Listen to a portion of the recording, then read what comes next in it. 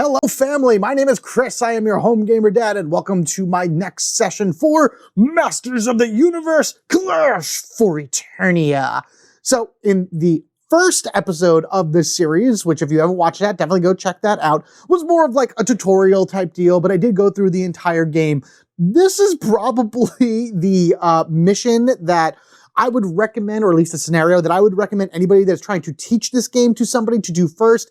Yes, I did the rescue, but you're supposed to do the rescue with like one of the evil warriors as the controller, whereas you are one of the heroic warriors. Just, you know, you're rescuing your friends or whatever. Whereas this is a straight up brawl, actually in the title, as you probably saw, Mountain Brawl. This is kind of the way that the game is generally made to play. You have your side of 3 characters here versus a single character, in this case a single AI, full of 3 characters as well, and then various minions. And I'm saying 3 characters over here because that's what I'm playing as. You can have 1 character just kind of do their own thing, but you can also have up to 4. So it's 1 to 4 on the player side, and then the controller side, which is the single player or the AI in this case, will always have 3 characters and a bunch of minions running around. So this one itself is, again, all about beating the crud out of each side. And I think we're gonna have a lot more fun with this one. If you were getting a little confused on the rules from the first one, this will explain things a little bit better because it's a lot more straightforward. And yeah, why don't we just go ahead and start this up, going to the book, reading about it, and checking out the layout. Mountain Brawl. Historically, capturing these strategic points in the mountains have been decisive for the control of Eternia. I'll do this in Skeletor. Make sure to secure it, or there will be consequences, you fools! I do it like that because I am actually playing as the bad guys, I guess you could say, or the evil warriors of sorts. For this particular scenario, I have Spikor, Scareglow, and Ninjor. Now, you know, canonically speaking, Scareglow is kind of his own thing or whatever. These 2 are more of the lackeys for Skeletor, but I don't care. I'm going to have fun with it anyway. My whole goal with a lot of this, again, is to show off as many characters as I can. A lot of videos out there that show off base characters, so I'm doing more from the box of power. In any event, as you can see here, we have a very interesting setup. We got this giant rock in the middle where if you look at the book, you actually see it as 2 pieces that are right next to each other. And I like how they did that because it does look like one giant piece here. Otherwise, these are all rocks. We're familiar with rocks, and I'll talk about them in a minute. And like I did with the last game that I didn't really explain, but I talk about anyway, these are all the 3D models that, the 3D terrain that I got with the game. And I'm using the cardboard tops that you would actually get from the base game on top of it, just because I like the way it looks. I like seeing the patterns. You get like the elevation to it, which is awesome, but it also just adds a little bit more life to the board. I think the 3D models are cool, but they're so boring because they're all just one singular color and they're like, meh. This won't work for everything. It obviously didn't work with the ruins, but it'll work for other stuff. But for this particular scenario, I like it. As far as terrain goes, we have the rocks, which we are familiar with from the last scenario, if you happen to watch that. If not, these rocks will block line of sight between models, not on the same rock. I can roll an additional attack die when attacking enemies outside of this terrain, so basically looking down on them because I have the high ground and not on other rocks. So if I'm looking at somebody on another rock, I will not get an additional dice. And then territory penalty, I have to pay 2 spaces of movement to either enter or leave this terrain, basically climbing up or climbing off the rock. There was another piece of terrain from the last game that I really didn't interact with at all, but I'm going to be using here for sure, the boulders. These block line of sight, cannot be entered. They take up the entire space on the board. Characters may spend 1 power and 1 action to remove an adjacent boulder. Then they perform a bonus range attack. All range attacks are 4 spaces away, called a boulder toss. Enemies wounded by this attack become dazed if they do not die from a 4 dice range attack. So basically that means if I'm like right here, for example, and I can take this boulder and literally chuck it at whatever enemy is within range, not on top of any of these rocks or anything along that way, so at least for far as I'm concerned. What's weird about the rocks also is, again, this is considered adjacent. Like I could hit this guy from down here and he's up here, but I don't suffer any penalties, whereas this guy attacking me gets an additional dice. There should have been something else with the rocks where I lose a dice or I'm not in line of sight or whatever, but I can't hit him if he's that far away, because then now this is officially blocking me. I can only hit him if he's adjacent to me. Anyway, with that said and done, our victory condition for this Mountain Brawl is 5 victory points. How do we gain victory points, you may ask? Through the special rules. When an enemy character is KO'd, you gain 1 victory point. When a character claims an object, we're going to ignore that completely. Claiming objects also gains, you can see it right here, but also AI special rules, all objects are removed. So there was objects here, here, and over here. They looked actually like little power swords. I have a 3D model that's actually really cool. It's out of my reach, so I'm not going to grab it right now. That gave a nice like rock with the sword sticking out of it, whatever. Ideally, if you were next to that and you use an action to claim it, you would gain a victory point, you would gain 3 power, and then you would just be awesome from there. There was only 3 of them on the board, so it was limited, but they were good ways of grabbing it. But because we're doing the AI scenario, those are completely removed from the board. The only way we gain victory points is by KOing those enemies. In addition to that, escalation rules for this one. Whenever you KO an enemy, the track goes up by 1, and at the end of every round, the track goes up by 1. So we are going to escalate a lot quicker here than we did in the first one, but that's understandable because we're just beating the crud out of each other. So who are we playing as and against within this Mountain Brawl scenario? Let's head on over to the sideboard, and I'll show you. So as I mentioned before, the 3 characters I'm playing as today are Scareglow, Ninjor, and Spikor. These, again, are found in the Box of Power set.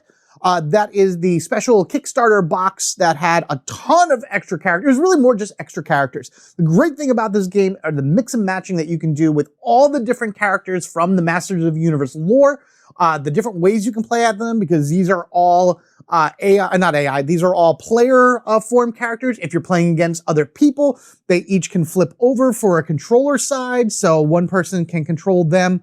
Come on. I wish there was an easier way to get these out of here at times. But as you can see here, this is their controller side, so they'd be able to play for somebody like, you know, one versus the many. And then, of course, each one of them also have AI cards as well, so I can go up against them in later games. Speaking of going up against, today I'm going to be fighting against Mekaneck, Extendar, and Snout Spout. Now, the only reason I chose these 3 as well, because, well, I had all these toys technically growing up, and it's like, I love the nostalgia for this game. It's so much fun.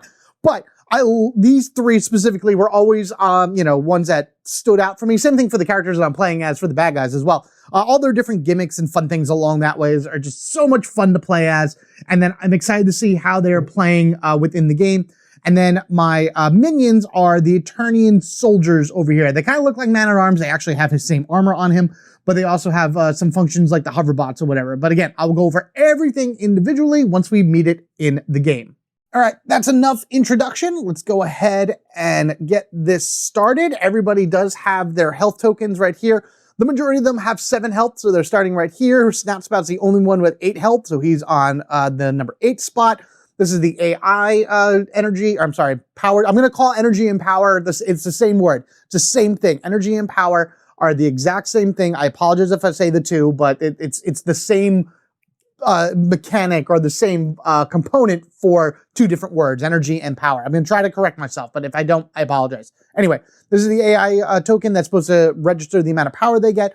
This is how we're going to keep track of victory points. So if you gain a victory point, it pops up, and the second somebody hits 5, that controller or player, I'm the player, the AI is the controller, will win. So that's how we're going to do that. And I'm actually going to switch this around a little bit. I'm going to have Spikor go first. I'm going to have Ninjor go second. And I'm going to have Scareglow go third. And remember, whoever is, this is always in the final spot. And I can pick another character in order to go a second time. All right. Again, just kind of doing another really quick shuffle. Let's lay them all down one by one. And our first is Snout Spout, the elephant firefighter of Eternia.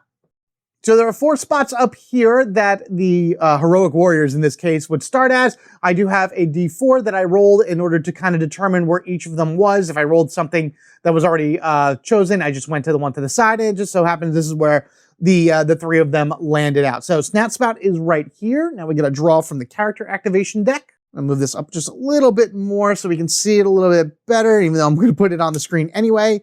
Activate skill. If the character has enough power, he does not, he actually has no power.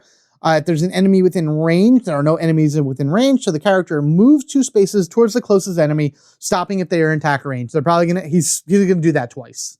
So he's just going to go 1, 2 for action number 1 and 1, 2 for action number 2, moving his way up to the front of the line. Get behind me, I got this. All right, let's meet our first character that's going to activate, Spikor. He has a spiked club, which will do 3 dice worth of damage. And for 1 power, his attack boost, he can roll an additional dice and ignore the shield value of the character he's fighting, which in this case, all of the minions have 1 shield, Mekaneck and Extendar each have a shield as well. Unfortunately, none of my characters have shield defenses, so whatever. Spikor never suffers escape damage, which is awesome. So he can just leave the space if he's adjacent to any character, which is awesome. And then for 2 power, defense boost for melee attacks only, roll 3 dice. For each sword, the attacker suffers 1 wound, which means that even if I roll Gray Skull, it's not going to do anything as well, but he'll still gain power from it. Speaking of which, let's gain 1 power and see what he will do. We're just going to have some fun with rocks. Let's do that already. So we're going to go 1, 2, he's going to move 3 spaces right here, and then Spikor is going to take his little spiky trident and just go whoosh, and throw this rock for an action at this unsuspecting minion, this Eternian soldier right here. So now that is, he's going to spend the 1 power that he just got for this, for activation, so he's not going to have any left, but then he's going to do a 4 dice range attack against this guy. All right, so as we know, with the balance of power mechanic within this game, anytime me as a player will be spending, losing, or doing anything with power from any of my characters, so I spent the 1 from Spikor here, the AI will basically absorb it, and then whenever we flip the strategy card, which is somewhere on here, they would use this in order to pay for whatever it is that the card tells them to. But it only has 1 right now, which is fine. Each one of the Eternian soldiers, let's talk about them really quickly. They have 1 shield and 1 life, like the hoverbot, so I have to do at least 2 damage to it. They cannot gain power as per normal. Their power mace is a 2 dice attack, and if they happen to roll any Gray Skulls, instead of them continuing to roll dice like the hoverbots, they the enemy will lose 1 power per Gray Skull. So that means they can lose up to 2 power, but also still take the hits because they do count as wild. But I still get a 4 dice attack against this guy, and we do, oh, yes. So Spikor is going to gain 2 energy, or 2 power. See, I'm going to do it. It's going to happen. 2 power because he rolled 2 Gray Skulls, and then, of course, that's 2 damage to the Eternian soldier. So the rock basically goes and explodes on this guy, and he is gone. There's actually 2 other Eternian soldiers off to the side of the board, so now there's 3. So if anything spawns, they're definitely going to come back in, but that's 1 less minion we got to worry about, and that's also going to end Spikor's turn. We will give him the 2 energy that he did earn from that attack, and the next one going is, oh, there you go. That's the strategy. At least they only have 1 spend, so that's good. All right, no one is really within attack range of any one of these minions, so to make it easy, no one's going to have the ability to attack. I wonder if they can throw boulders. I don't, they probably can, actually. Let me move some of these guys around, and then we'll get back to it. Okay, there they all moved, and no, minions do not do that because it's any character can pick up the boulders and throw them.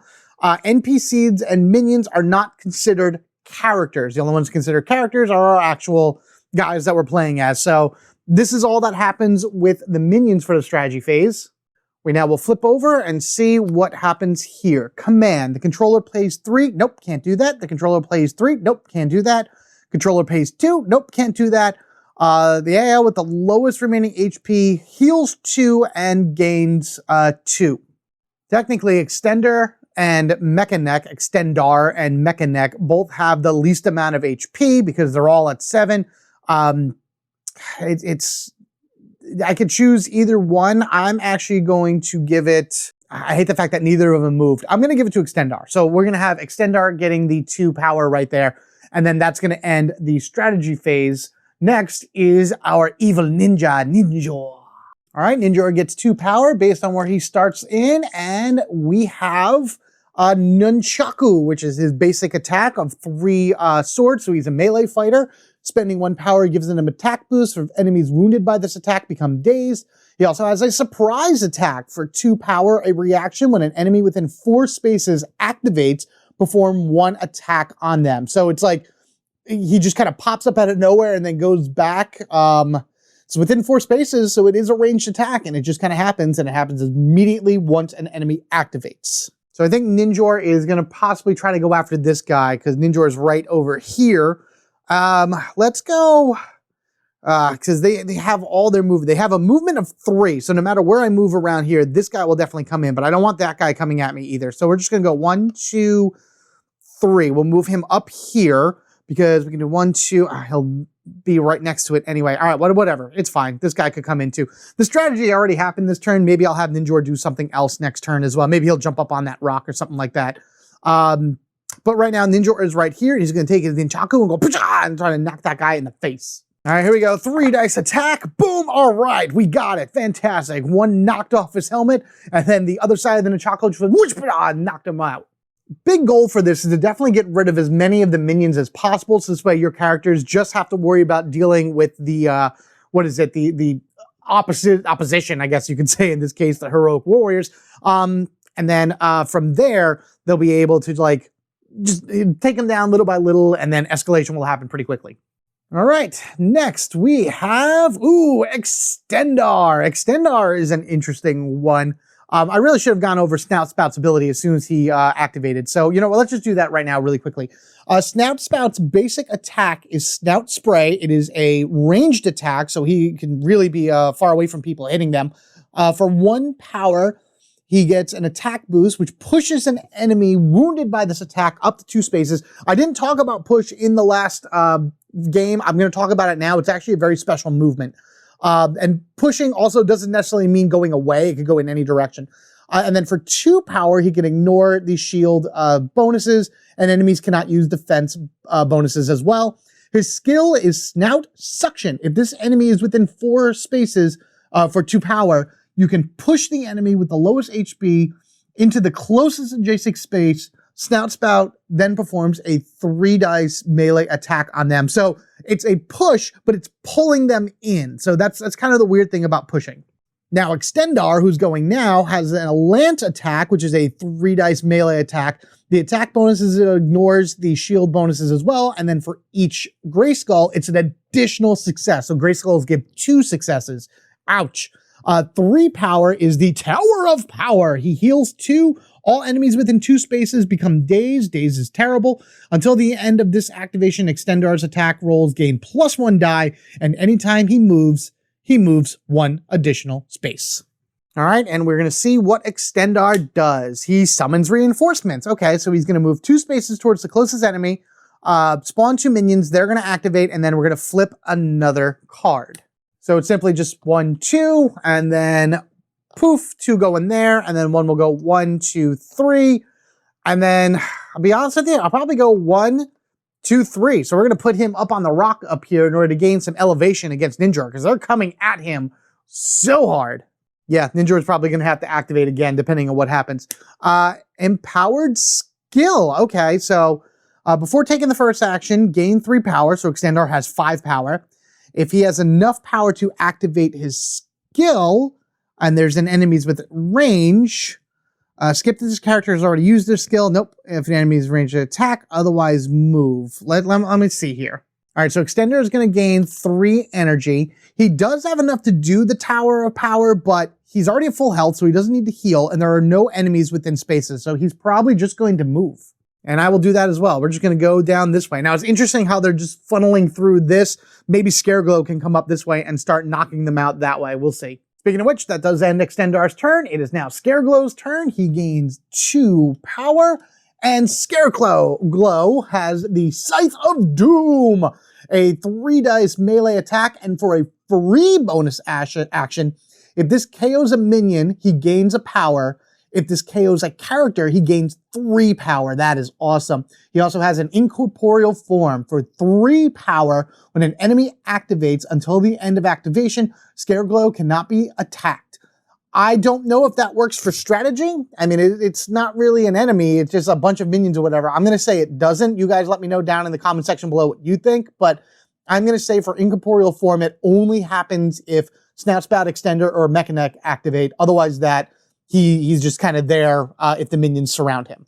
Now, the problem we have here is we have a bunch of characters coming in from both flanks right now. Scareglow could move himself over here and use this rock in order to knock out. I can either throw it this way and hit him, or I can throw it this way and hit him. If I hit this guy, then that will prevent, I mean, Snout Spout will come around, but at least I won't get flanked by that guy. And then Ninjor might be able to start doing something for here. So, you know what, let's do that. Let's do that. Let's go 1, 2, 3. And then Scareglow is going to spend a power and use an action in order to take this rock and nail that guy. That's hopefully what we intend on doing.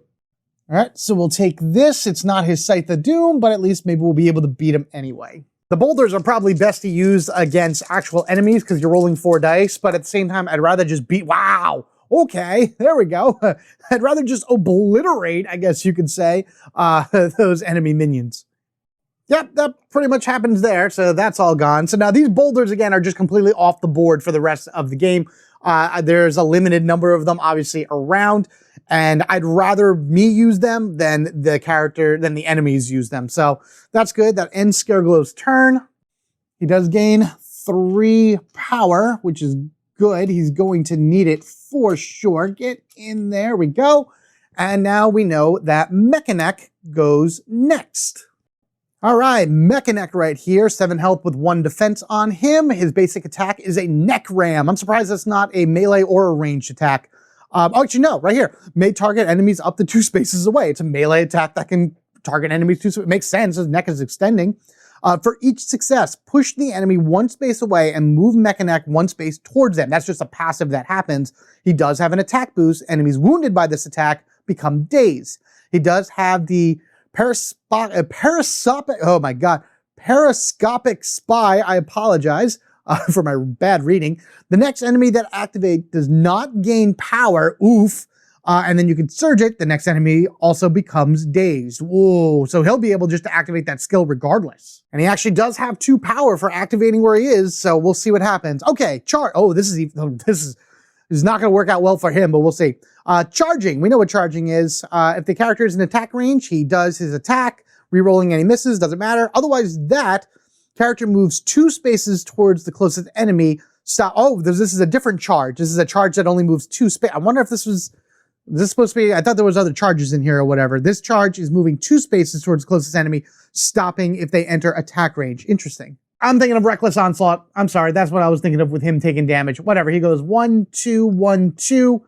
Right? Is that right? You know, no, he's going 1, 2, 1, 2. He's going to go down here and try to back up these 2, soldiers here in order to fight Spikor. So this way they outnumber him 3 to 1. That's just the odds I like. Which, as much as I was thinking about actually activating Spikor now, I'm going to use the any player character or whatever activate, and we're going to go against Ninjor, or we're going to activate Ninjor. So he's going to gain 3 power, and what that's going to be awesome for is that he's going to first use his nunchuck against the first, the first soldier in front of him, and then he's going to just move on top of the rock, and he'll be within 4 spaces of Extendar, so I'll have the power to do a surprise attack once Extendar activates. And with his surprise attack, he doesn't move, it just happens. So he's like throwing a shuriken or something at him. At least that's the way I look at it. All right, 3 dice, physical nunchuck attack. Once again, will he knock out another soldier? He does. He knocks out another soldier. And unfortunately, all of his power is full. He can't put any more, so he does not gain it, but at least he defeats the soldier, the Eternian soldier. Perfect, knocks him out, sends him away, flying out of the board. I'm sure more soldiers are going to pop up anyway. And then we're going to go 1, 2, 3. He's going to sit right here and he's going to be adjacent to this soldier. Now, this soldier is probably going to attack him during the strategy phase, unless Ninjor gets a turn beforehand. And if Ninjor needs to move, I can actually, I don't want to do that. Do I want him to go here? Do I want him to go here? You know, no, I'm going to move Ninjor here. That's what it's going to be. So he went 1, 2, 3, jumped up on the rock right here on this spot, because if Ninjor goes early, which I may have him go early next turn, he can do 2 nunchuck attacks and try to take out both of these guys.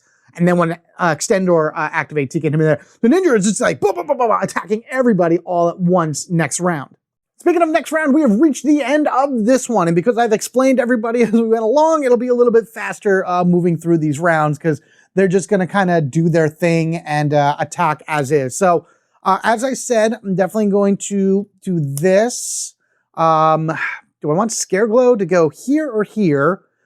You know what? Before I even do that, we do have an escalation that happened. So our first escalation for the green powers. Let me see what powers I have, what I want to put on the characters, and then I'll determine what order I want them to go in. Starting with Scareglow, Blinding Glow, a reaction for 1 power after an enemy within 4 spaces rolls attack dice, force the attacker to re-roll 1 dice. I can surge it to make them re-roll 2 dice. I can surge it, well, I can't surge it again because I need 4 and it's max 3.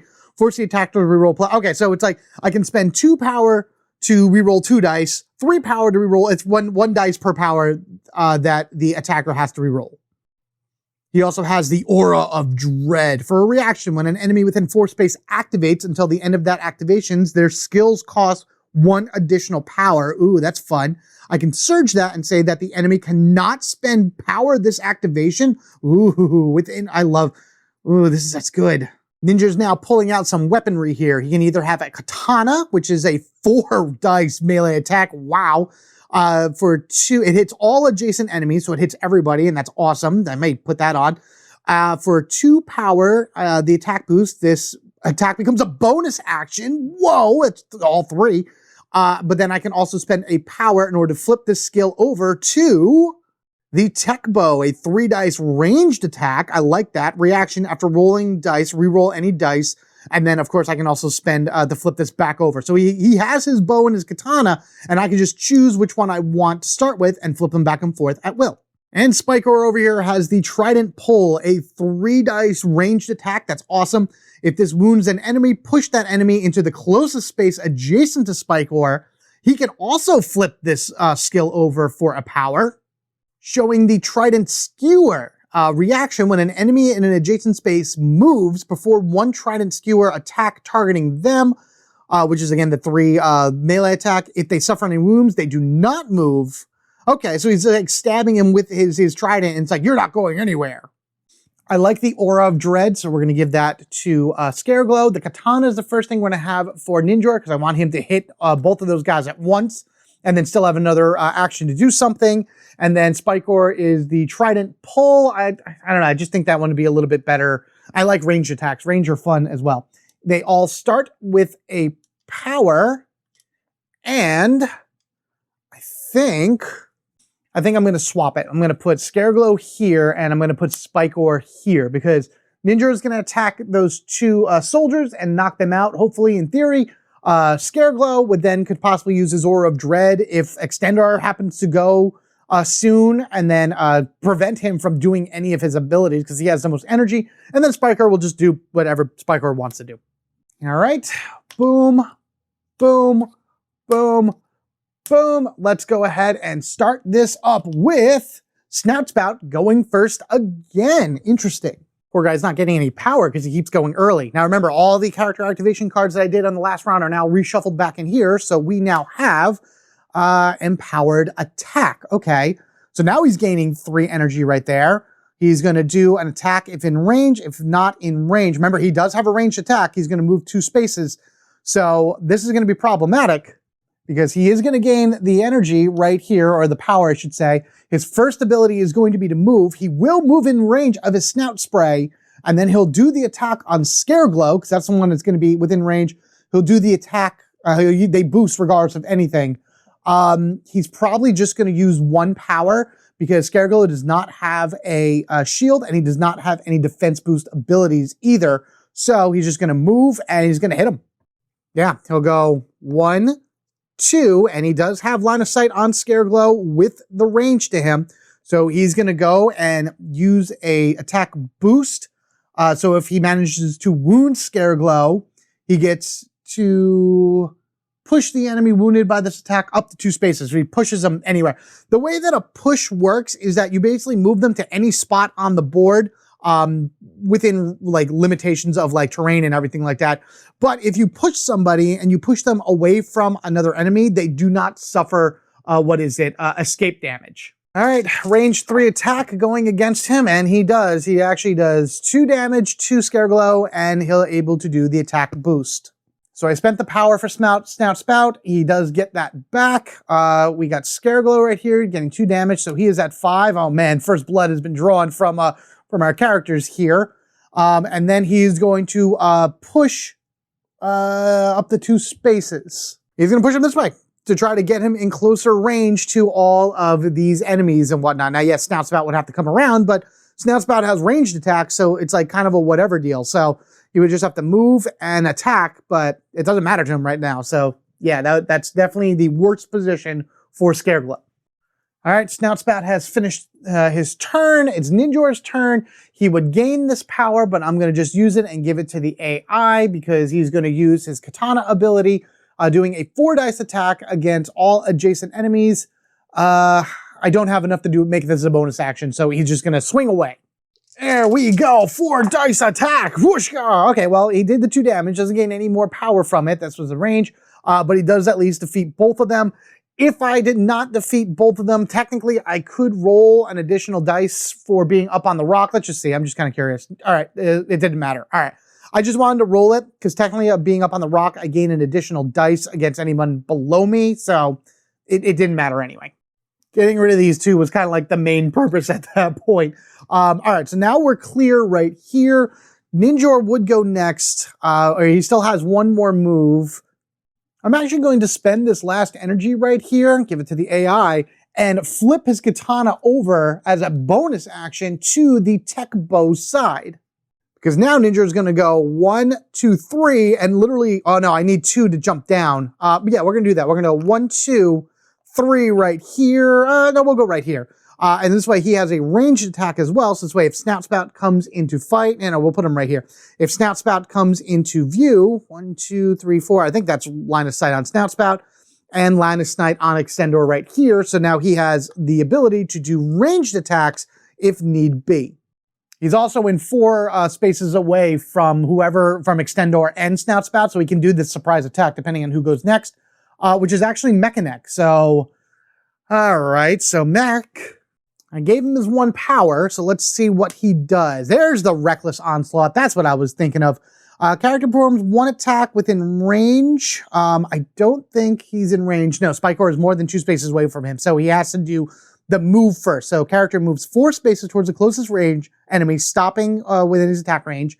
He's going to suffer a wound, but then his next ability is 1 attack on the enemy. This attack rolls maximum dice, so it's a 6 dice attack. Oh man, it's a harsh headbutt. Gains all attack bonuses and surges without spending the power, and then the character must suffer 1 wound for each miss, and he doesn't get any rerolls either. All right, so Mech is going to go 1, 2. He can't stop on a spot with another ally in it, so he has to move on over. This is fine. He's still within 2 spaces of Spikor, so he gets to do the neck ram attack. Now remember, there's going to be a 6 dice attack regardless of anything, and then if he manages to wound Spikor, which I'm pretty sure he will be anyway, he is going to daze him, and this attack, the attacker becomes dazed. For each success, push the enemy 1 away from Mekaneck. Oh wow, he's just going to move with him too. Oh, this is going to be awful. 6 deadly dice going forth, and this is a melee attack, so any range, and Mekaneck suffers damage. So let's see what we got. Wow, okay, so Mekaneck is going to suffer 3 damage, 4 technically because of the Reckless Onslaught. 1, 2, 3 damage to Spikor. Spikor becomes dazed, he gets pushed, all kinds of crazy stuff happens. Okay, so first thing we know here is that Mech suffered 1 from the Reckless Onslaught, and then 1, 2, 3 from misses. However, now Spikor actually, yeah, so I don't think that, so this defense only really happens when you're talking about, attacks against him. So I'm pretty sure that doesn't count. Spikor, however, does not have such defenses, but he goes 1, 2, 3, so now he is down there as well. Spikor is dazed, which I'm just going to put this on him like this to know that he's dazed. This means that he has 1 less movement and all of his shield values are 0. Doesn't matter, he doesn't have any shields anyway, but he can spend an energy in order to remove it. And now, push the enemy, for each success, push the enemy 1 space away and move Mekaneck 1 space towards them. So what? Can we do this? 1, 2, 3? Is that how that works? Do we move down this way? Like Mekaneck is just pushing them around like that? Because now that keeps him out of range of the minions up here. And they're not, well, this guy can make it. That one cannot. But he does push him closer to Snout Spout. Actually, no, that's probably a better idea. Mekaneck is getting him back into position. So this way his allies are over here and they can come in and join the fight. All right, Scareglow's turn. I'm going to go ahead and just pop these two right up in here. He didn't like getting wet, even though he knows that Extendar is probably going to, Extendar is going to go next, and he wants to make sure he can't do anything. So Scareglow is going to take one action and move here, and then he's going to use his Scythe of Doom and attack Extendar. It's only a 3-dice attack, and he needs to do at least one. Okay, there you go. Cool. So he gains 2 power, which is really only 1, but at least he does 2 damage to Extendar. I'll take it. We'll just pop the last power up here. Extendar takes 2 damage because one of those 3 gets blocked by a shield. So 1, 2. All right, see, now we're starting to move things along. Perfect, I like it. And with Scareglow being right next to Extendar, if he happens to activate next, then Scareglow is going to put an Aura of Dread on the field. Speaking of which, let's see if that actually happens. Yes, yes he does. So Extendar goes Aura of Dread when an enemy within 4 spaces activates until all their other things cost 1, but I could surge it and say that he can't spend any power at all. So I'm going to do that. I'm going to spend all 3 here, and this is unfortunately going to give the AI a lot. So 1, 2, 3. So now you can't spend any power whatsoever on your turn. I'm also going to now do a reaction for Ninjor, because 1, 2, he's exactly 4 spaces away. Does he have line of sight? Yes, so he can look over here on this side, up 1, 2, 3, 4. So Ninjor does have line of sight to Extendar.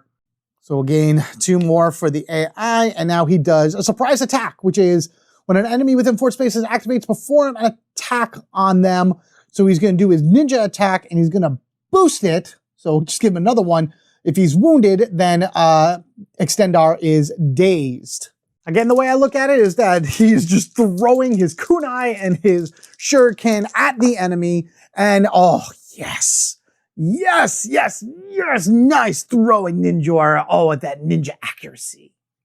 So that will do 2 damage to Extendar, and that dazes him. So now he moves 1 less space, and his shield value does not matter. Now, there is a thing in, I believe in the rules where, what is it?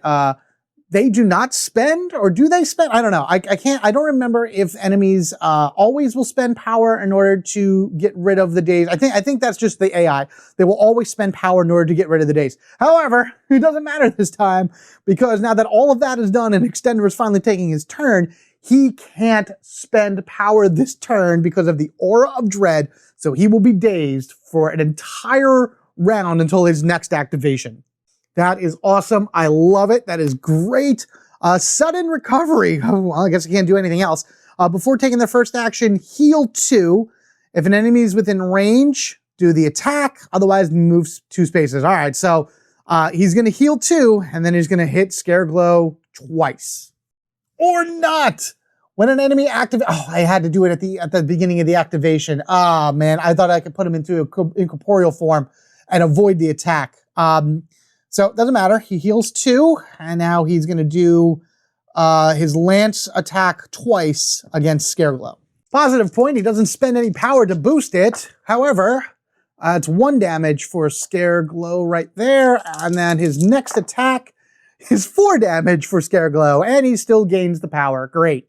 Extendar has more power for his next turn, and Scareglow is all the way down to 1 health. We haven't had a KO yet, so there's no victory points, but Scareglow will probably be one of the first to go. Unless Spikor does something right now, because it is his turn, because Extendar has done both of his actions.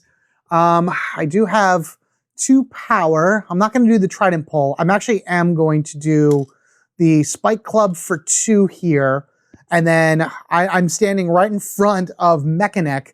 We're going to do the Spike Club. I'm going to use a power. So now the AI is at 11, and this is going to be the strategy. So that's going to be an awful round for me, but I can at least possibly get Mekaneck out of the field. So I ignore shield. So whatever I do, and I get +1 dice. So I'm rolling 4 dice right next to this guy and beating him with my club. Spike or smash. All right, so that's 2 damage. That's 2 damage to Mekaneck. That actually brings him only to 1 health. I need to defeat him. So we're going to do another attack on him. So a second attack. He doesn't have any type of defense boosters or whatever. So we're just going to do a regular one. I'm not going to spend any other power. And there you go. That's all I needed to actually knock him out. Club battle! Where you go? I don't remember if I rolled any Castle Grayskulls for that one. I don't think I did, and if I did, I forgot. So it doesn't matter. I'm not really too worried about it. What I am very happy about is that Mekaneck was able to get KO'd, and we got our first victory point, and now Escalation goes to 2. Remember, at the end of the round, it's going to go to 3, so this again is going to fill up really fast. That was 2 turns for Spikor. He has done everything he needed to do, and now, unfortunately, the AI goes, which is, I think, 2 minions, and then whatever the terrible strategy card is. Good thing about the minions is that they're pretty easy. They're just 1, 2, 3. Well, he is in a range, so 1, 2, 3. So he's going to attack Spikor. I'm just going to make this a little easier. We're going to do it right on the board right here. Rolling. 1 damage to Spikor. That's fine. There's nothing else he can do about it because he doesn't have any shields. So Spikor down to 1. I chose not to get rid of the daze because, again, I don't have any, shielding for him, and I don't need to move at this point. So that's fine for me not getting rid of it. Maybe I'll do it next turn. And strategy activation. Command. Oh, no. So you're going to pay everything. Character with the most power takes 1 action. AI character with the most power takes 1 action. AI with the most power moves 2 spaces towards the closest character. AI character with the lowest remaining HP, 2 health, and it. So that's 3, 6, 7, 8. Oh, geez. Sorry, I see I told you. 1, 2, 3, 4, 5, 6, 7, 8. The AI is all the way back down to only 3 power, but the character with the most power takes 1 action, so that's Extendar. His action that he's going to take... So technically, Extendar's last action is finished, so he can spend power in order to do stuff. And I think the first thing he's going to do, because he's going to be taking those 2 actions, is first he's going to attack Scareglow. He's going to spend 1 of his power to make it that his lance will do damage. It's 3 swords, 3 melee, because he's right next to him. And then if he rolls any Grayskulls, he's going to do an additional success. And again, because of the way this is, I'm just going to go ahead and just do it right here. That's literally all that was needed because Scareglow was right at the end of his last health anyway. Okay, so we got that. Scareglow goes here. The C moves up. That happens. The escalation will go up again, but I'll do that in a moment. We're going to do Extendar's next ability, which is 3. He's going to spend 3 because he still has the most power out of everybody. He is going to heal 2. So 1, 2. He's back to full. He probably would have actually also spent a power in the beginning of the round in order to get rid of that. Well, no, it's not. It's at the beginning of the round. He can only do that at the beginning of his activation, so he couldn't do that yet anyway. Never mind. Let's see. Enemies within 2 spaces become dazed. Well, Scareglow is gone, so it doesn't matter. None of that matters otherwise. And now, whoever has the most power moves... Actually, it would be Snout Spout. Snout Spout would go. He would heal 2 and gain 2. No, I'm sorry. He would move 2. He would move 2 towards the closest player, and then he would heal 2 and gain 2. Yeah, so then he would just go 1, 2, and get right next to, staying within this boulder and right near Ninjor, because he's going to hit him.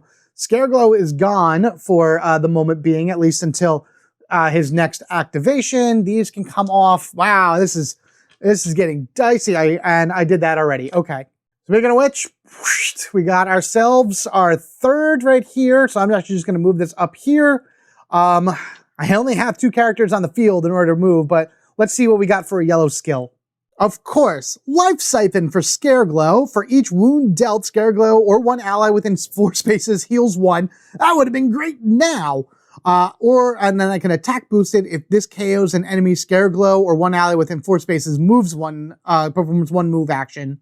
Or he can fear. If this wounds an enemy, push them up to 3 spaces away from Scare Glow, so they have to go backwards, push the enemy additional space, or that enemy becomes dazed. We need healing. Ninjor can get the Smoke Bomb. All enemies within 2 spaces become dazed. Push each one of those enemies up to 1 space, and then push Ninjor 3 spaces. Or the Dash. For 2 power, push Ninjor up to 4 spaces. He may pass through but not end on enemies during the attack. After the move, perform a separate 3 dice melee attack on each enemy Ninjor moved through. These attacks cannot gain power. I like it. Spikor then has the Spike Rush. For 1 power, move Spikor 3 spaces. He may move through, oh, it's the same thing that Ninjor has. After moving, roll 3 dice against each enemy he moved through or ended on. For each sword, they suffer 1 wound, so this will not affect if he rolls any Gray Skulls. Or the Spike Slash. Perform an attack. All enemies adjacent to Spikor suffer 1 wound. Oh, they just suffer it regardless. When an adjacent enemy moves, they suffer 2 wounds. Oh, wow. Okay, so that's if they move. When an adjacent enemy moves, they suffer 2 wounds. So it's escape damage plus 2. Oh, that's awesome. Yeah, we're definitely doing the heal for Scare Glow. And then I like these 2 dashing abilities, these move abilities for Ninjor and Spikor. Speaking of which, I think what I'm going to do is, who do I want to go here? I'm going to have Ninjor go. I'm going to have Ninjor go here, and I'm going to give him 1, 2, and 3, and I'm going to go ahead and use my Tech Bow. After rolling, reroll any dice, so I can spend the power to reroll if I want to. I am just going to go ahead and fire off at who has the least amount of health. Well, actually, you do. You don't have any shielding on you, and you have less health than Snout Spout, and you are within range. So, with Ninjor being right here, he's going to use his bow. 1, 2, 3, 4. Yep, it's the exact amount of space between here and there. I didn't actually use... Oh, no, I did do the surprise attack, right, and then he healed himself. But we're going to go ahead and do it anyway. So, fire off your bow at the Extendar. All right, here we go. First bolt fires at him. Perfect. That's amazing. We're just going to keep that right there. And then here's his second bolt, which he's going to spend the power that he did. That'll go right to the AI. Oh, to just whatever. All right, well, in any case, he did 4 damage to Extendar. He doesn't gain the power because he spent it to try to do the reroll, but that's all right. So I would have given him the power, and then he would have spent it. Actually, you know what? The power I would have given him, I would have given it to down here. So he spent the power up here, goes to the AI, and then 1, 2, 3, 4 on Extendar right over here, which is great because it still goes through. And that, my friends, brings us to the end of this round. Escalation goes up. Let's go ahead and remove these.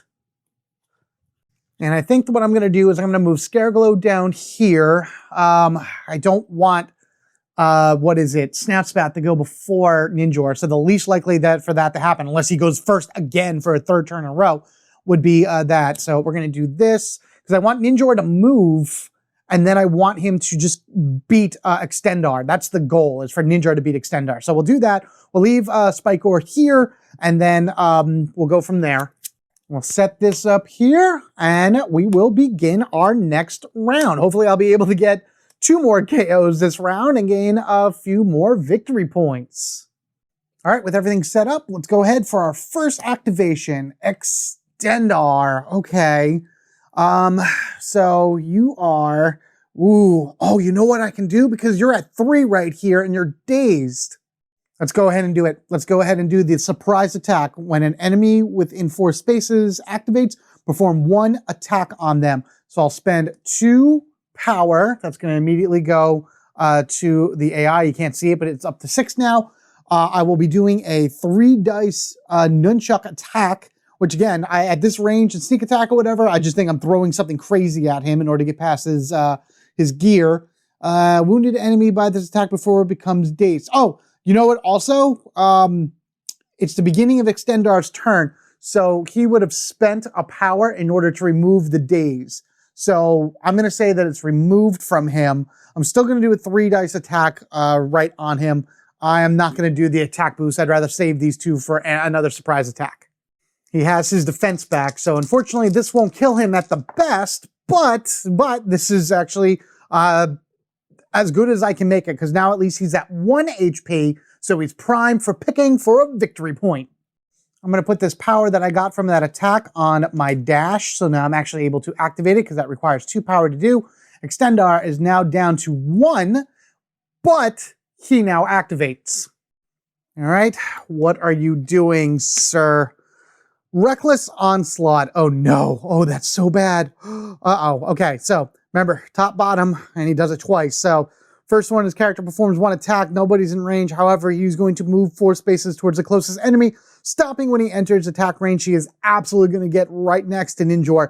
And then his second action is going to be doing an attack, which means he gets maximum dice, which is 6, ignoring all, or he gains all attack boosts and surges without spending power. That's awful. But if he, oh, he could kill himself. Oh, he could kill himself with this too. Oh, that would be interesting.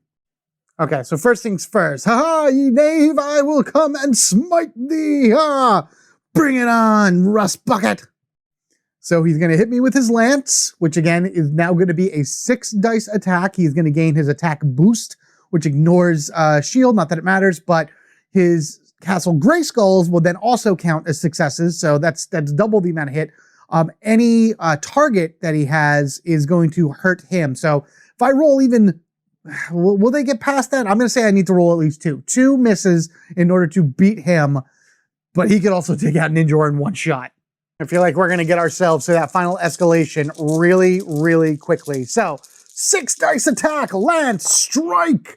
Okay, here we go. So that's 2 damage to Extendar himself. So that actually officially KOs him and gives us a victory point. 1, 2, 3, 4, 5 damage towards Ninjor, bringing him from his full health of 7 down to 2. Oh no. I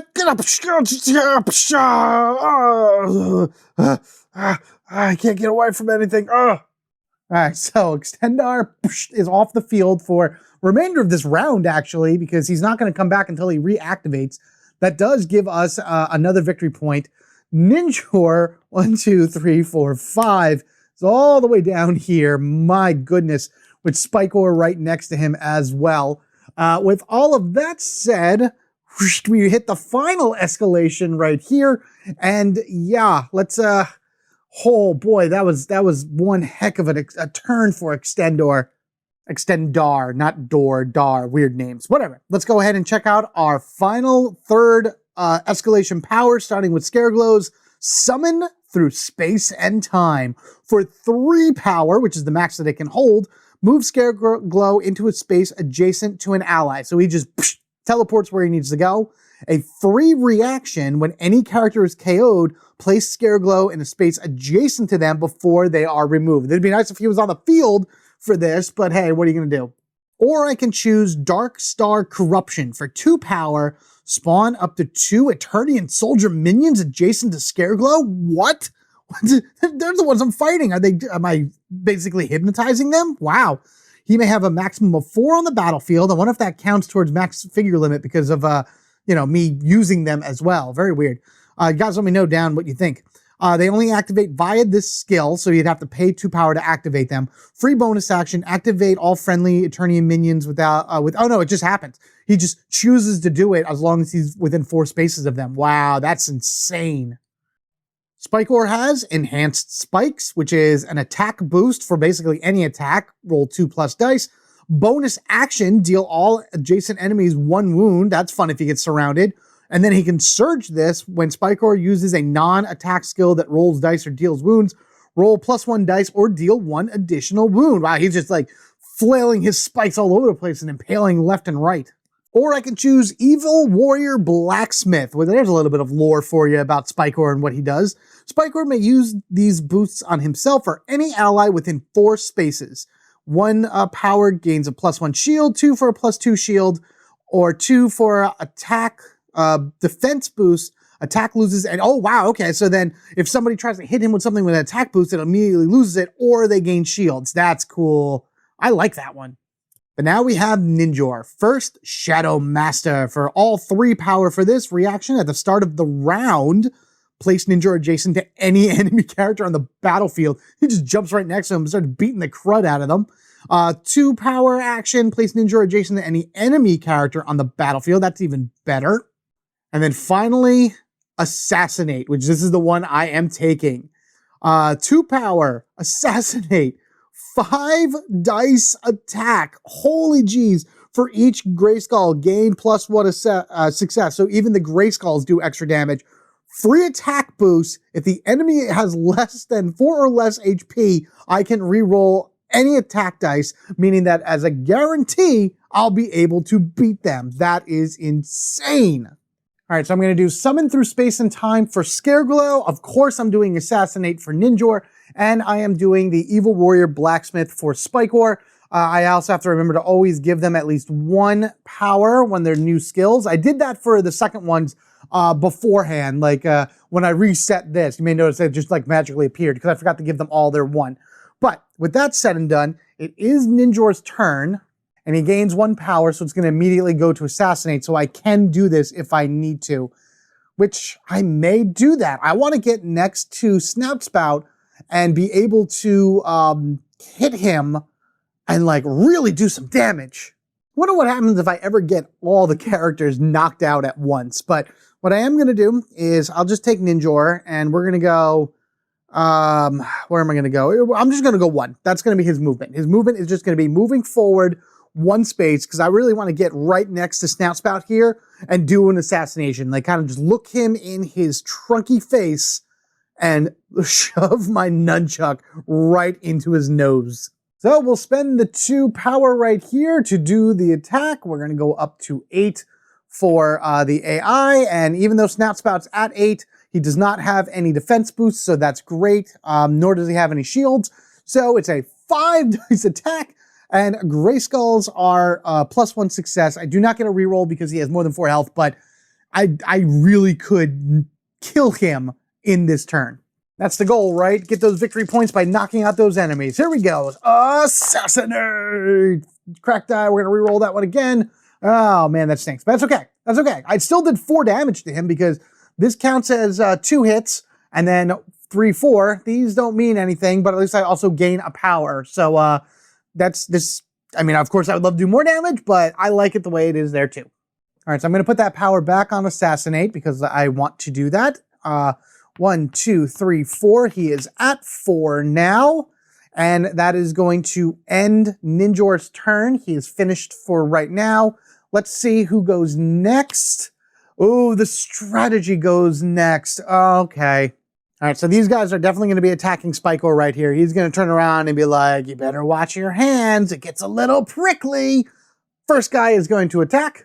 And I think we're just going to, again, just do it right here. It makes it easier. He rolls 2 dice. Let's do it on this side. Boom, boom. All right, so that is 1 damage to Spikor. I do have boosts and everything, but he's Okay, so that does do 1 damage. He is down to 2. I am now going to go and do defense boosts happen before or after an attack is declared? I keep forgetting that. In either case, I'm going to spend the energy that Spikor has there, give him that 9. So when the other Eternian soldier comes up, at least then he has a 1 shield that he needs to get through. So here he comes, 1, 2, right next to him, and he's going to hit him as well. Remember, Spikor now has 1 defense, which is great because that's fine. Spikor does lose a power because of the Grayskull, but that 1 attack just bounces off of him. Just, take up, get away from me, you jerk. Ah. I'm going to take it from his main thing here. So he loses this energy, but because I lose an energy, it still goes to the AI. So now they're at 10. So I'm just going to move that back down here. Not that it matters. They're going to be pulling a card now anyway. Let's see what they do. All right, strategy activation. Please don't summon minions. Ambush. Oh, no. Okay, so we're just going to do the first one. And we're still, okay. All players become dazed. Each player character suffers 4 damage. Okay, so that's what's going to happen. It's going to pay 5 energy for that. It doesn't say go on to the next one, so you stop at the little dotted lines. Still really bad. So they spend the 5. 1, 2, 3, 4, 5, all the way back over here. And now, so Scareglow won't take it, but these 2 are taking 4 dice melee damage to each of them. And I don't really have any more defense boosts for Spikor, unfortunately. So, yeah, let's see what happens.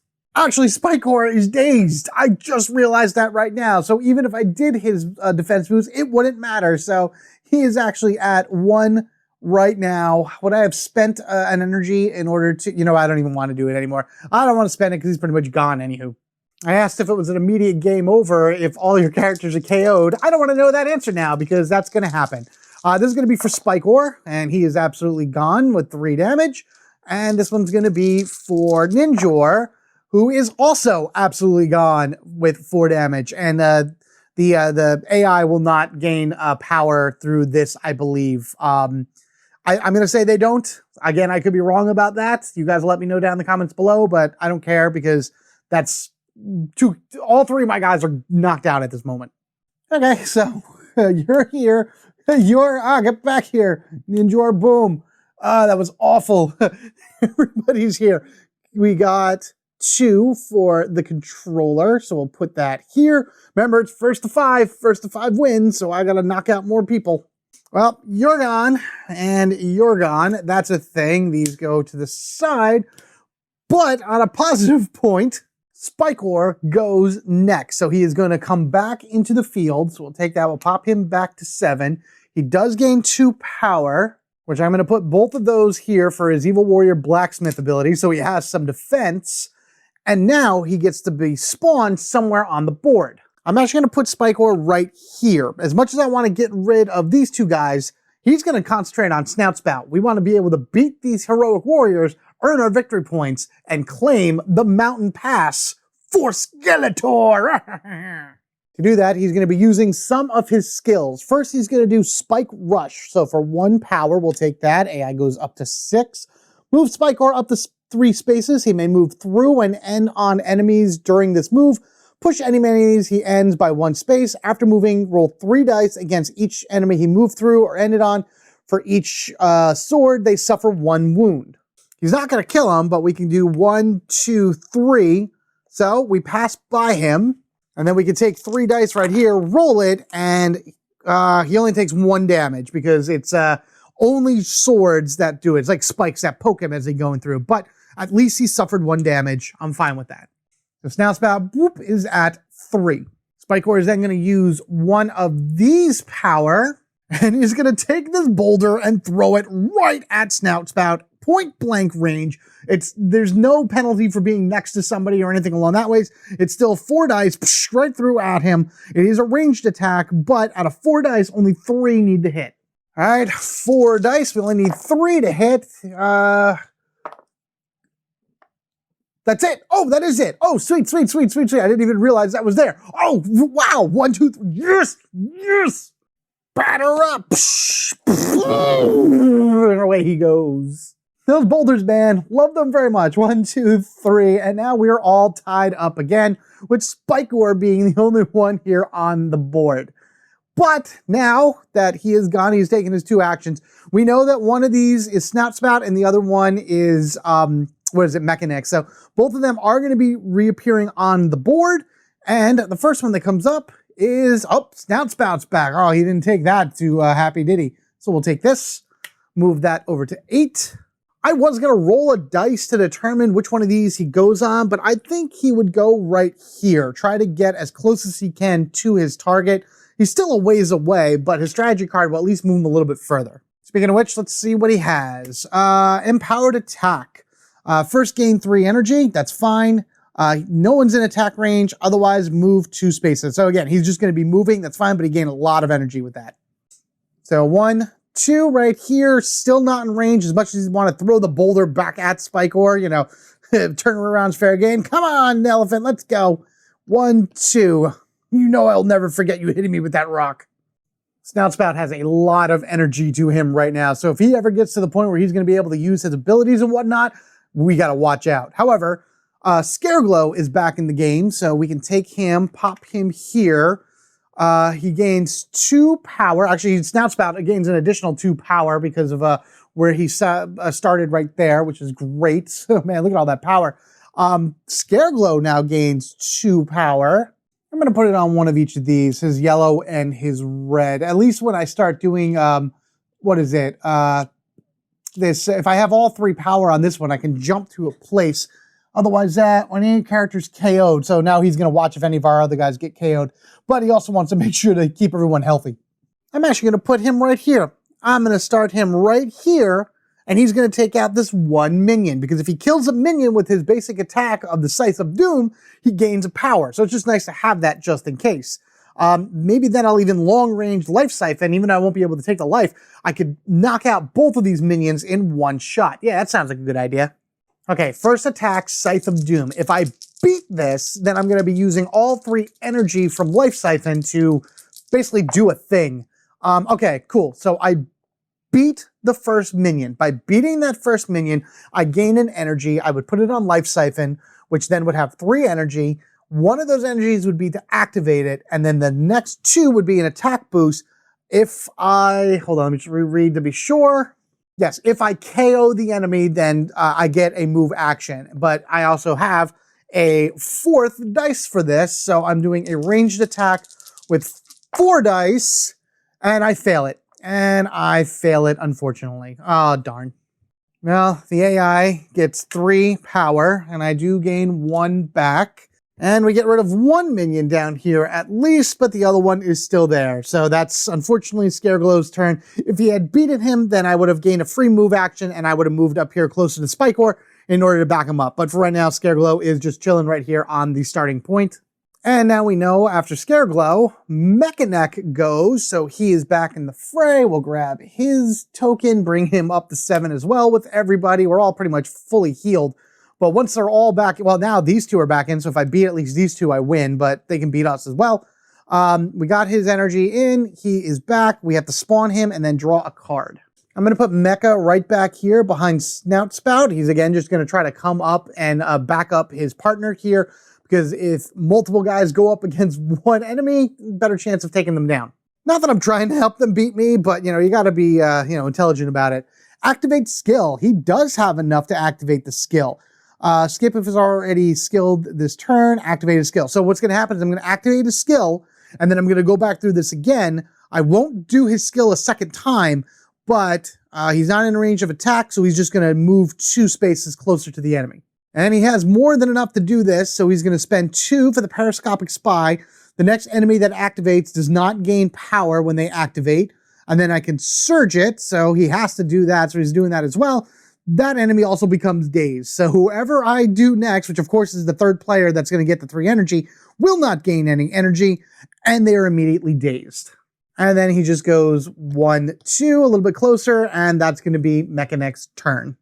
My original thought was going to be activating Ninjor here so I can give him a bunch of enemy and get him back on the field, but I think I'm going to activate Scareglow. I'm going to have him take out that other minion and then move forward. So Scareglow being right here, he's going to once again use the Life Siphon, which is a long-range attack. He doesn't really want to get too close or waste a turn getting close to this, guard here. So long-range attack against him, 4 dice.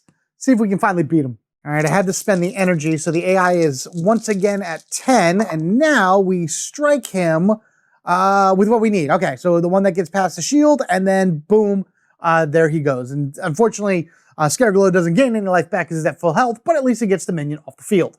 All right, so he is gone. That's good. There are no minions. There's just warriors. And I got to remember that he's dazed, so he only gets 2 movements. So he's just going to go 1, 2. That's as best he's going to do right now to try to get close over here. On his next turn, he can spend an energy in order to get rid of the daze so he can move again, but let him now start heading up this way towards, Spikor, and to help him out. I'm feeling only like 1 or 2 more rounds. I think that's all we're going to need in order to be able to finish this off.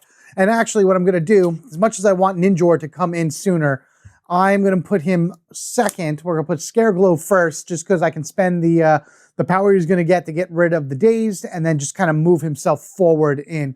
I want Ninjor to come back in as soon as possible as well, but with more energy, so we can use his Assassinate more. Actually, no, I take it back. I'm going to move Ninjor all the way down here. Why? Because this gives it more time for the other characters to move closer to Spikor and Scareglow. So this way, Ninjor can spawn closer to them so he doesn't have to move that far in order to use Assassinate. And I can also dash with his ability to move 4 spaces instead of 3, so long as Ninjor isn't dazed. So let's go ahead and do that shuffle, and we'll see who goes in what order. First things first, the strategy. You know what? That's good. I'm get that out of the way. Going first, the AI doesn't gain any additional power. Granted, it has 10, so it doesn't matter. And there are no minions on the field in order to do stuff. So the only way minions are going to do something is if they are summoned, which I was going to say, watch this be that. Oh, no. Empowered's even worse, though.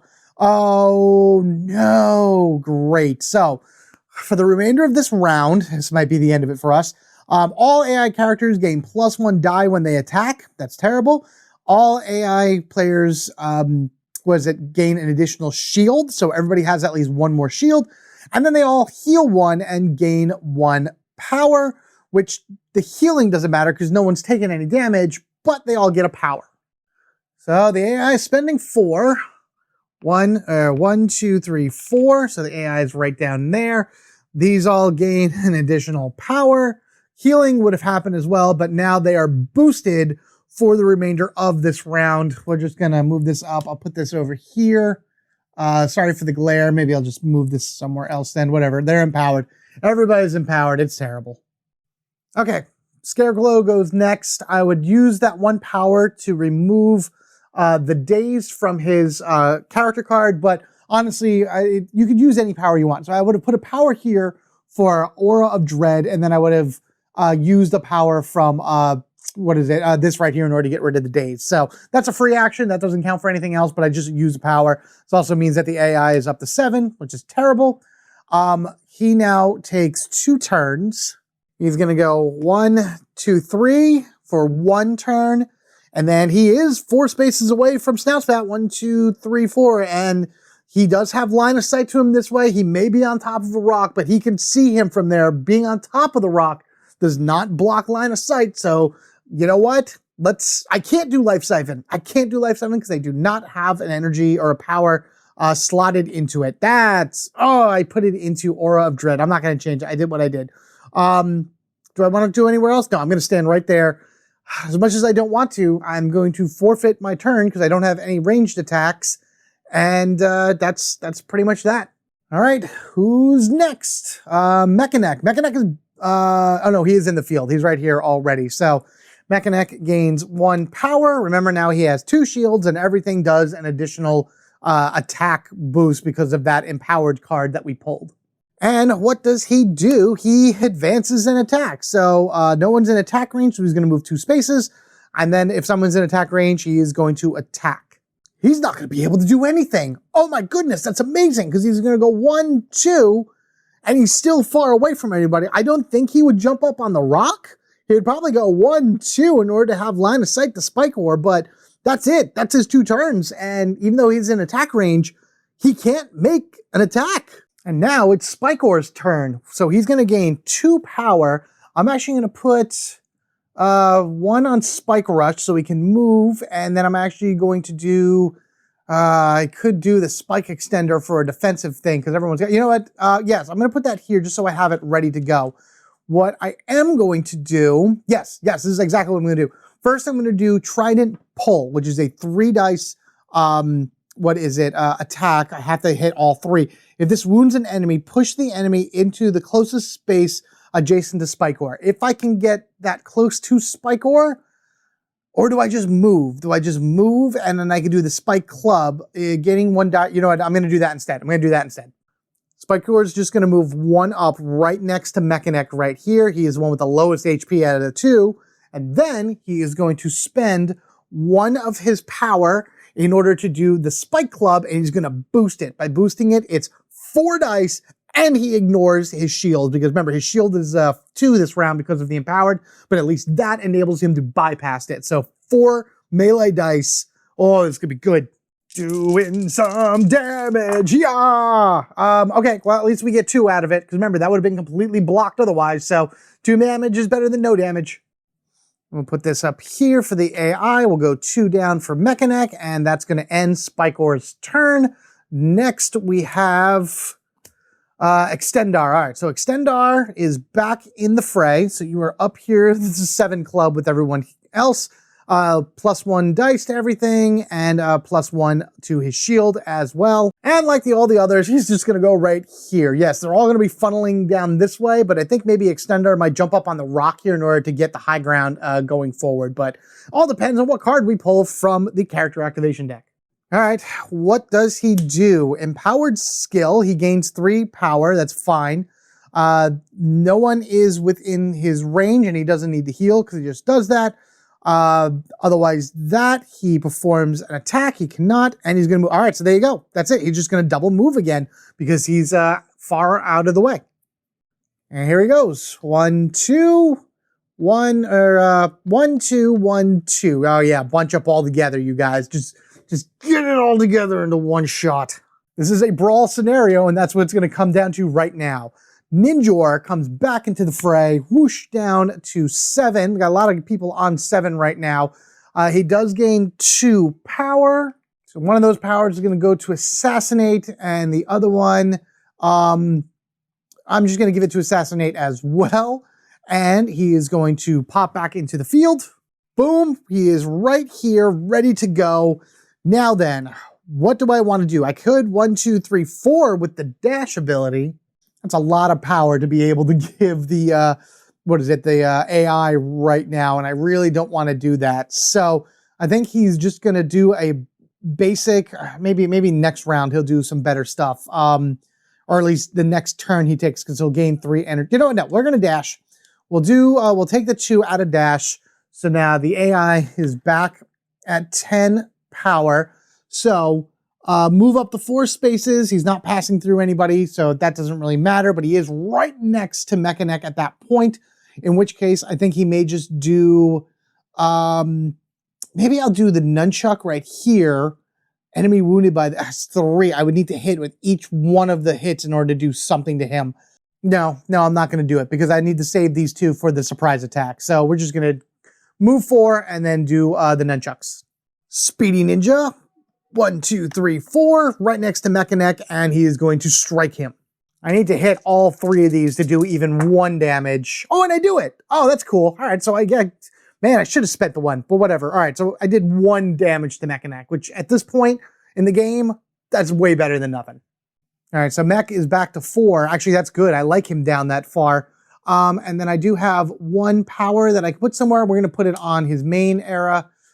Just so if I wanted to, I could spend it to do the days and whatnot. But lastly, we have Snout Spout going. All right, here we go. What are you doing? Reckless Onslaught. He actually can just do, oh, okay. Oh, no, he can actually just 2 attack straight up because it's a ranged attack of 3, technically.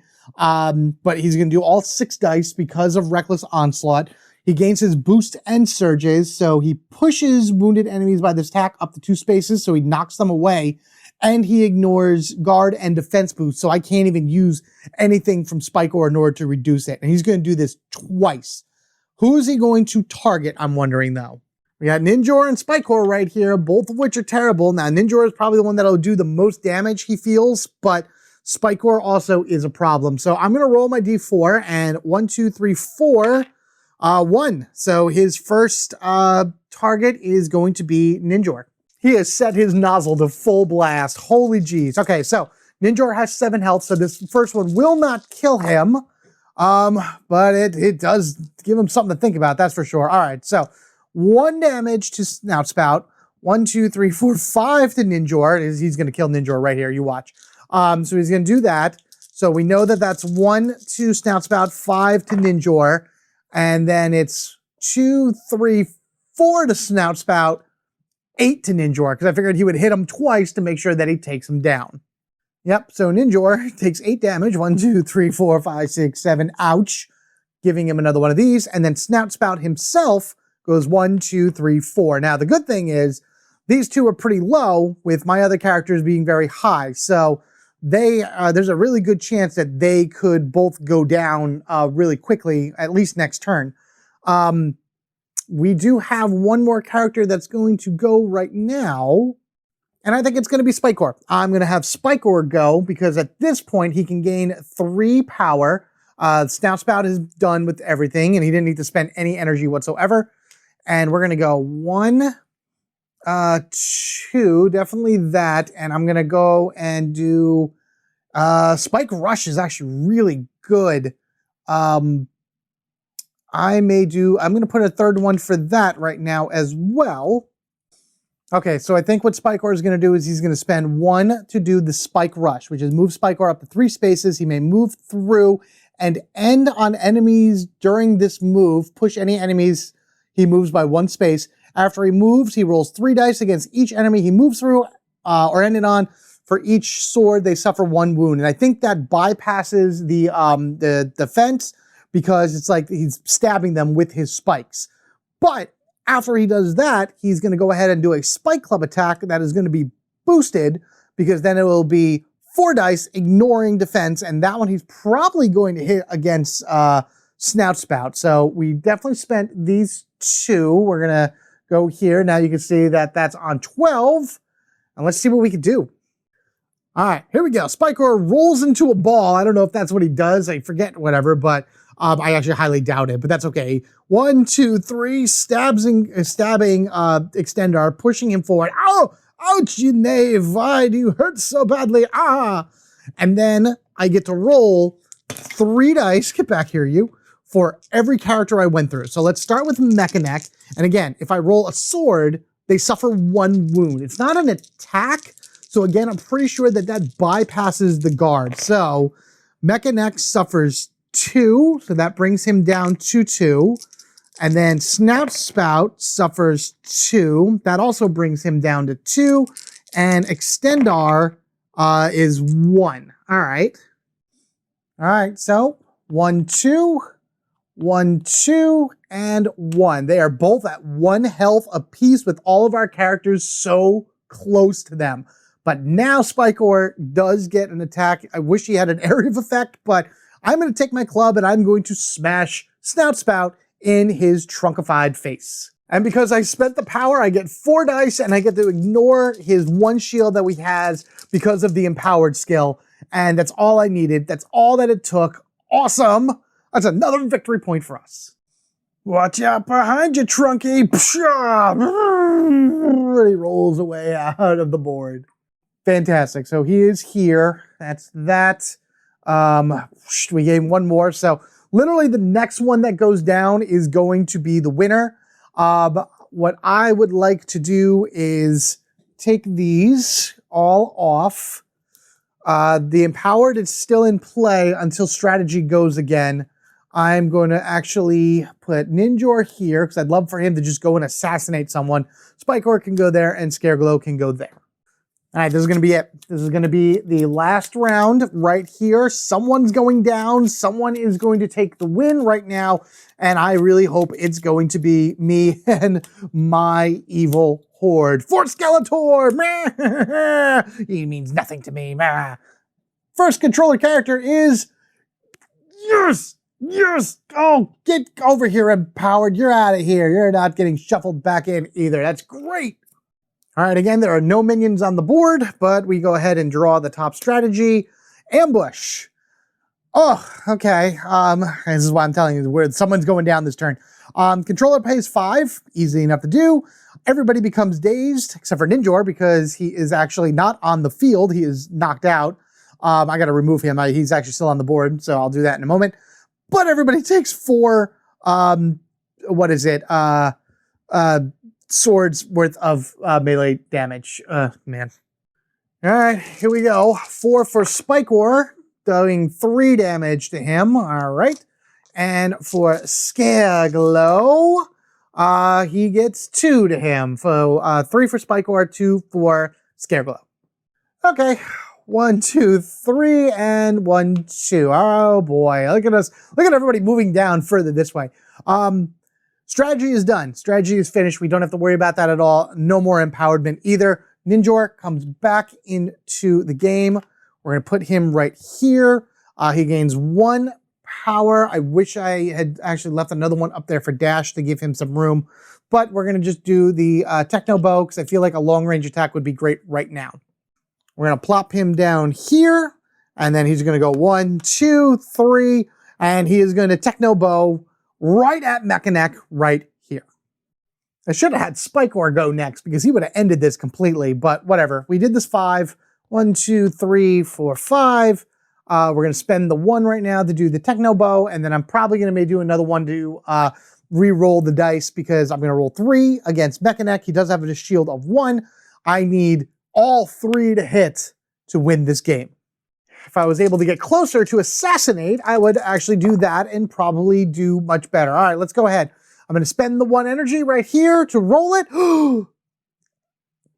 Yes! Yes!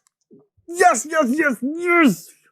That's all we needed right here. Again, if I had done Spikor, it probably would have been better because I could have clubbed them to death, but boom, boom, done. Up here, and ta-da! First of 5 victory points, we win! My characters have the high ground, and we have taken the mountain. For me, for Skeletor. Wait, what? Shush, whatever. So, there you go, everybody. Mountain Brawl. This is like your basic of all basic style of scenario for this game. Just going in there and beating the living crud out of your opposite side. This is, of course, the one that I always would recommend to people if you're playing with multiple players, 2 to 5. Do the Mountain Brawl first before you try any of the other random scenarios because this is a great way to really get a better feel for the game. Yes, they did a tutorial using the rescue, but this is one where you can go in and practice with characters, like new characters you never had before. Try to see what works best for you, what skills are great, and all things along that ways, and really understand them down to a T. If I just got close enough with Ninjor, he would do assassinate as much as possible, 5 dice and like really going crazy. I realized that he can defend or go past defense and roll 4 dice. And then his fear attack right in the beginning really helped me, which was awesome. So, but that's going to be something for another day. Thank you all for watching. Let me know what you thought of Masters of the Universe, Clash for Eternia, this Mountain Brawl scenario. If this is one that you like, if you've played this before, you know, you'll be able to do this yourself. What characters have you played as? What are your favorite characters? All that great stuff. There will be more Masters of the Universe coming in the future, just not right now. I do want to be able to get the Snake Men, Horde, She-Ra, and the Rebellion all onto this as well, so you guys can see a lot of those mechanics and how they work and whatnot.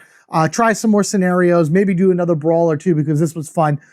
All kinds of great stuff possibly coming in the future. So until that point, if you haven't already done so, be sure you're subscribed to the Home Gamer Dad so you don't miss any future Masters of the Universe, Clash for Eternia action, or any other fun games I happen to put out for you to enjoy.